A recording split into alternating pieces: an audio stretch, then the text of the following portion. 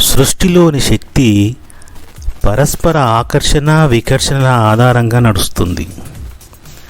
ఈ శక్తిమయ ప్రపంచంలో జీవిలో మండే శక్తియే ప్రాణం.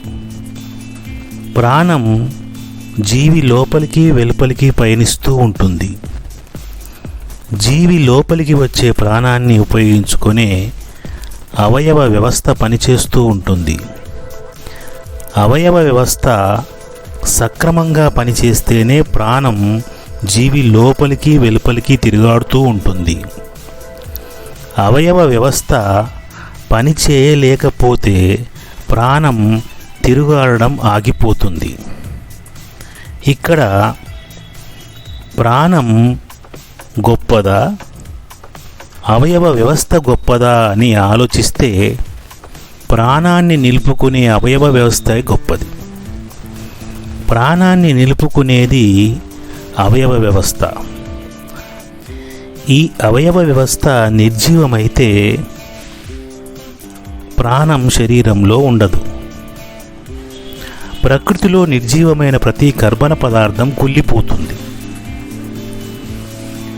ఈ శక్తిమయ ప్రపంచంలో జీవులన్నీ శక్తిని గ్రహించడం వల్లనే జీవించగలుగుతున్నవి.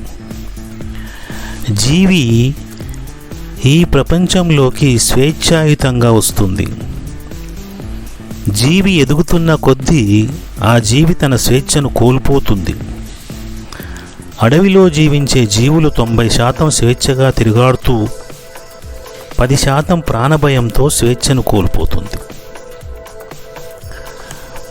అదే మనిషి సమాజంలో ఎదుగుతున్న కొద్దీ ఆ మనిషి యొక్క స్వేచ్ఛ తగ్గిపోతుంది.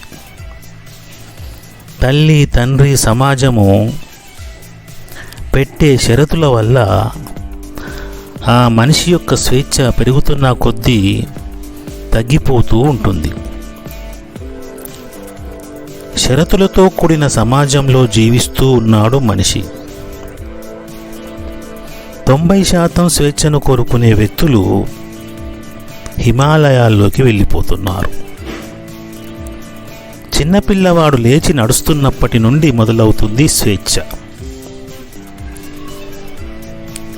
స్వేచ్ఛ లేని జీవనం నేటి సమాజంలో స్వేచ్ఛగా జీవించాలంటే ఎన్నో సవాళ్ళను ఎదుర్కోవాల్సి ఉంటుంది.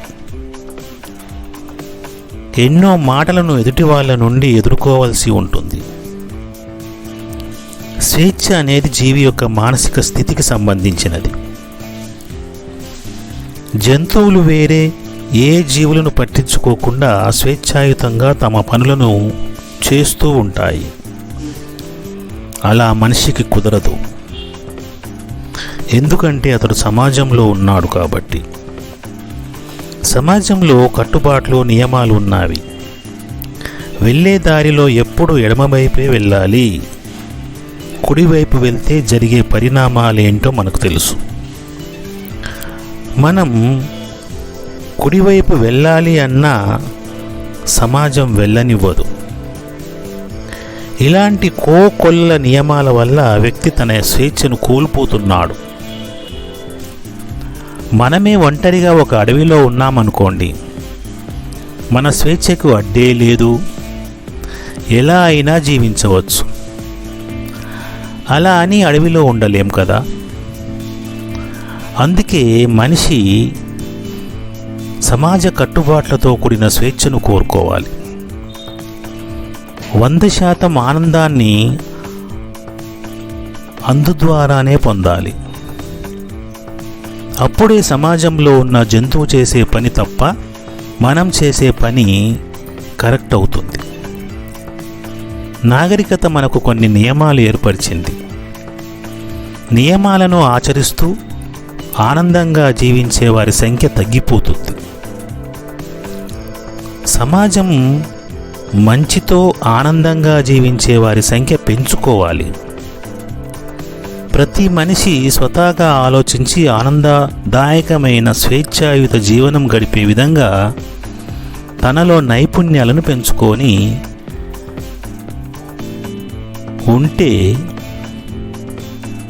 అతనే స్వర్గంలో ఉన్నట్టే. స్వర్గం మరెక్కడో లేదు. మన మనస్సు ఆనందదాయకంగా ఉంటే అదే స్వర్గం, విషాదంగా ఉంటే అదే నరకం. ఇది గమనించిన వాడే నేనెవరు, నేనెలా ఉండాలి అని తెలుసుకోగలుగుతాడు. ప్రకృతిలో ఘన పదార్థము, ద్రవ పదార్థము, వాయు పదార్థము అనే 3 రకాల పదార్థాలు ఉన్నట్లే మనిషి యొక్క మానసిక జీవ పదార్థంలో కూడా ఈ 3 పదార్థాలు ఇమిడి ఉన్నాయి. ఉదాహరణకి,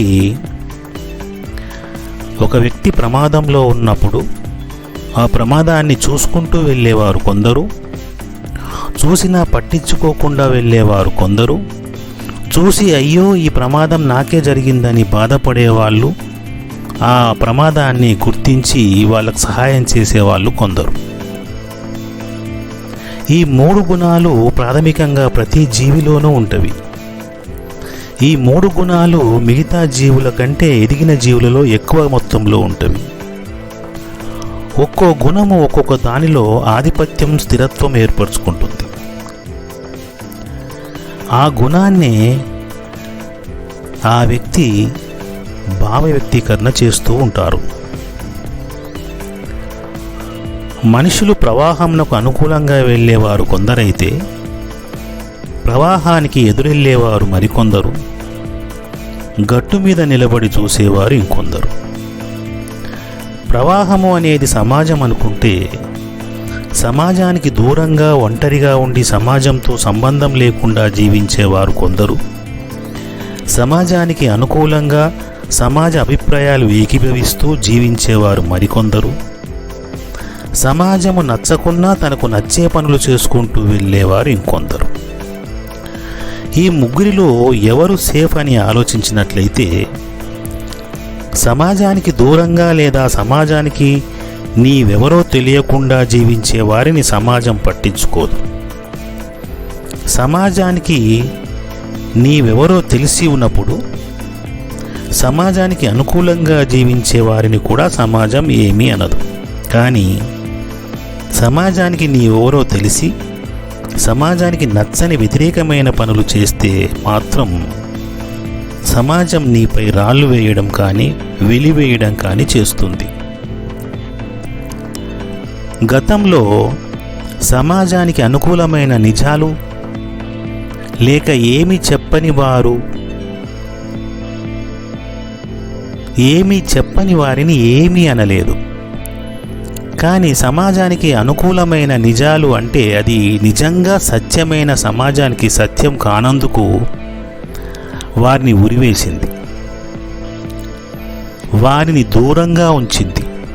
అంటే ఒక జీవి ఒక గుంపులో జీవిస్తున్నప్పుడు ఆ గుంపు అభిప్రాయాలకు అనుకూలంగా జీవిస్తూ సత్యాన్ని అసత్యాలు పలుకుతూ ఎదిగేవారు సేఫ్. కేవలం సత్యానికే కట్టుబడి గుంపు అభిప్రాయాలకు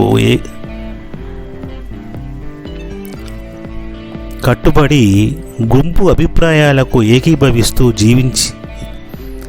గుంపు అభిప్రాయాలతో ఏకీభవించక జీవిస్తూ ఎదిగేవారు అన్సేఫ్. సత్యమునకు కట్టుబడి సమాజము వైపు పయనింపజేసే వారే హీరోస్. ఇక్కడ సత్యం అనేది గొప్పది. సత్యం ఒక్కటే ఉంటుంది, అసత్యాలు అనంతం. సత్యాన్ని కట్టుబడే వారి సంఖ్య తగ్గిపోతుంది. అది తగ్గకుండా, సత్యానికి కట్టుబడే వారి సంఖ్య తగ్గకుండా సమాజం ఎదిగినప్పుడు ఆ సమాజం ఉన్నతమైనది, ఉన్నత శిఖరాలను అందుకుంటుంది. ప్రతి మనిషి జీవనం చిన్న పిల్లలు స్వేచ్ఛగా ఊయలలో ఊగుతూ ఆనందించినంత హాయిగా ఉండాలి. ప్రతి పని సమాజం నచ్చే విధముగా ఉండాలి.